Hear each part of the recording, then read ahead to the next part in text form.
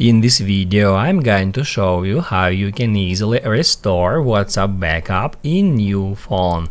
This method works on iOS and Android. Be sure to watch the video to the very end so you don't make any mistakes. And of course, do not forget to like this video and subscribe to my channel. Thanks guys. So let's get started, and first off, in order not to lose your data, let's make a backup.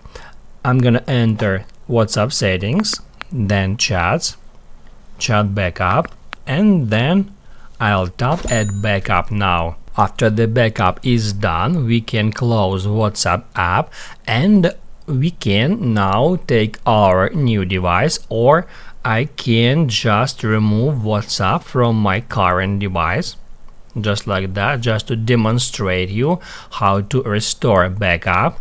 So first off, we need to open up App Store if you are on an iPhone, or Google Play if you are on Android, and then just search for WhatsApp.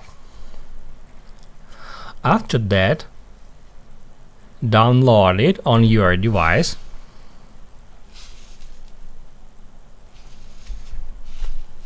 And once the download is done, we need to open up WhatsApp application, then tap Add Agree and Continue. And on the next step, we need to enter our phone number and tap Add Done. After that, it will ask us if we would like to restore our data from iCloud if you are on iPhone, or from Google Drive if you are on Android. To continue, just tap Add Restore. After a couple of seconds, over 20,000 messages is restored, and then to continue, we need to tap Add Next. Then we can create name for our WhatsApp account.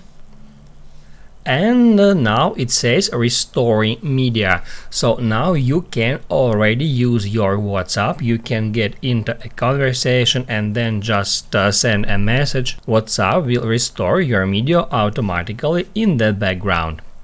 That's how you can easily restore WhatsApp backup in new iPhone.